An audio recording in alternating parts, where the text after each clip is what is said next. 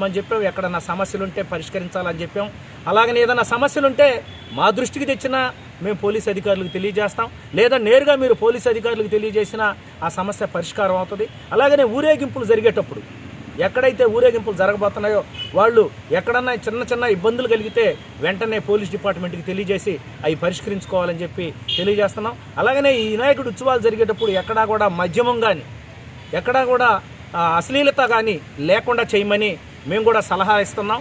ఎవరైనా సరే భక్తి శ్రద్ధలతో 3 రోజులు కానీ 5 రోజులు కానీ 9 రోజులు కానీ ఈ ఉత్సవాలు జరుపుకోవాలి, కానీ ఎక్కడా కూడా ఇతరులకు అవకాశాలు కల్పించకూడదు.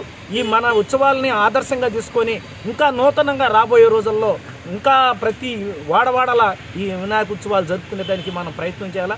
అదే ఎక్కడైనా కానీ మీకు ఎవరైనా ఇబ్బంది కలిగించినా ఈ యొక్క వినాయకుడి ఉత్సవాలు జరుపుకునే చోట మిమ్మల్ని డిస్టర్బ్ చేస్తే వెంటనే మాకు కానీ లేదా పోలీస్ అధికారులకు కానీ మనం ఎవరికైనా తెలియజేస్తే వెంటనే కూడా అది పరిష్కరించేదానికి అవకాశాలు ఉంటాయి. కాబట్టి ఈ యొక్క 3 రోజుల పాటు జాగ్రత్తగా లైటింగ్ విషయాలు కానీ ఎలక్ట్రికల్ షార్ట్ సర్క్యూట్లు జరగనీయకుండా జాగ్రత్తగా చూసుకోవాలా.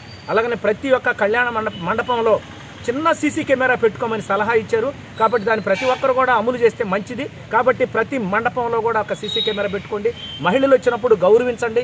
మహిళలు వచ్చినప్పుడు ఎవరైనా కానీ ఇబ్బందికరమైన వాతావరణాన్ని సృష్టించే వాళ్ళని గుర్తించి వాళ్ళకి తగిన సలహా ఇచ్చి మర్యాద ఇచ్చి గౌరవించి పంపించాలని చెప్పి మనం తెలియజేస్తున్నాం. కాబట్టి భారతీయ జనతా పార్టీ తరఫున ఈ వినాయక ఉత్సవాలు జరిపి ప్రతి ఒక్కరికి కూడా పేరున ప్రతి మండపానికి, ప్రతి గ్రామానికి, ప్రతి పట్టణంలో వీధిన మీకు శుభాకాంక్షలు తెలియజేస్తూ జాగ్రత్తగా జరుపుకోవాలని, నిమజ్జన సమయంలో కూడా జాగ్రత్తగా ఉండాలని. నిమజ్జనం జరిగేటప్పుడు సముద్రానికి వెళ్ళినా, గుంటకి వెళ్ళినా, వాగులకు వెళ్ళినా మనం తెలియని పిల్లలు కానీ ఉంటే మనం ఇబ్బందులు కలిగించిన గత చరిత్ర ఉంది. కాబట్టి ఎక్కడికక్కడ